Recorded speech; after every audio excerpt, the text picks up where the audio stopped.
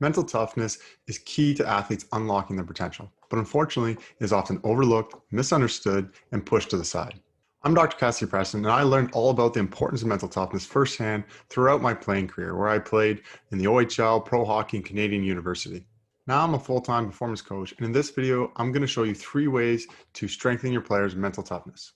First will be how to make it more real and tangible. Then we'll talk about effective strategies to use, and lastly, how to keep nudging them along. So to start off, one of the main reasons why mental toughness is overlooked is because it's not so tangible, not so real compared to your physical development, your technical skills. Those are usually way more obvious to work on, whereas our mental game is not so clear. So the solution is make sure you talk about it and even assess it with your players. The main mental outcome and assessment you're going to want to do is their overall ability to get in the moment, into the flow state. So the way I assess that is what percentage of your time and energy are you trusting yourself? You're in the zone, you're in the flow state versus being in your own head, worried, doubting, etc. Now, it's common that athletes will range from like 60, 70% time and energy in the moment, present in the flow. But why is that? And how can we break it down further? Essentially, what you're trying to do is break it down and get a clear understanding of where they are so they know what to work on. So there's 5 subcategories that we'll dive into now. First is the foundation of intrinsic motivation. Highly motivated, they're working hard, they're committed to doing the extra. Then we got process focus, which means focusing on the things within your control, or are they caught up in outcomes, winning, performance, stats, etc. Next is emotional regulation and composure, which means how well they stay calm and centered versus getting too tense and worried.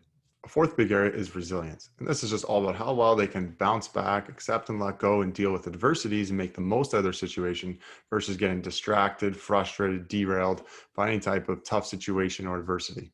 Lastly, a big area is confidence. So how well they're certain in who they are versus having a yo-yo confidence going up and down, being too hard on themselves, or being worried about what other people think. So that should give you a good idea of the main outcomes to assess and sub areas to then better understand and break down their mental toughness. Now let's jump into providing strategies for your athletes. This is so important because it's one thing to talk about it, it's, assess it, but actually working on it is something that a lot of athletes struggle with, and it's not always easy to understand what it is to work on. So here I'm going to break down 3 effective strategies that do work. First is the reset routine concept. And so we use this a lot, and it's all about just clearing our mind, dealing with distractions, thoughts, worries, doubts, things that are getting in and clogging us up, getting in our own head. The way it works is all about being aware of our thoughts and emotions and being able to embrace them, understand them, and gain perspective. So one of the key words related to it is to accept things, not forget about it, but actually to accept and understand situations for what they are. This is the key to being able to deal with your thoughts and emotions and then clear it. So the second strategy is reflection, getting athletes to take ownership and reflect on both their actual game and their mental game and their mindset. This is something a lot of athletes struggle with. They're deflecting to coaches and parents, what do you think? And they're not forming their own opinions and owning the process. And so this can be as simple as just having them talk more and engage one-on-one or in a group setting. And even if an athlete really wants to get to the next level, it's important that they're writing it down. Formalizing this process is very helpful for them becoming more self-aware, and therefore they're going to be better at self-correcting and improving their overall game and mental game. Lastly is about mental preparation. So what they're doing on both game days and practice days, they should be pretty similar in terms of their mental preparation. So our favorite thing is to use imagery. It's very impactful. It's about setting your intentions on what you want to do, how you want to play, which then leads to results. Not just imagery about results, but actually the process. Give them 2-5 minutes of quiet time and get themselves dialed in before game day. But do that on practice days as well.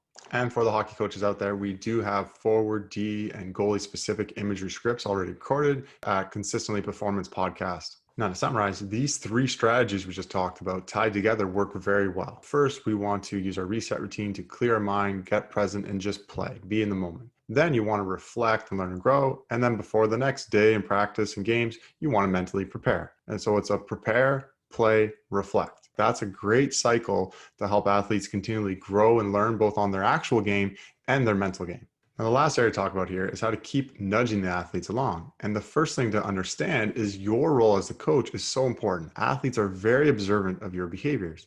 And so if you're not modeling the behaviors, you're losing your composure on the refs, getting frustrated, that's going to trickle into the players.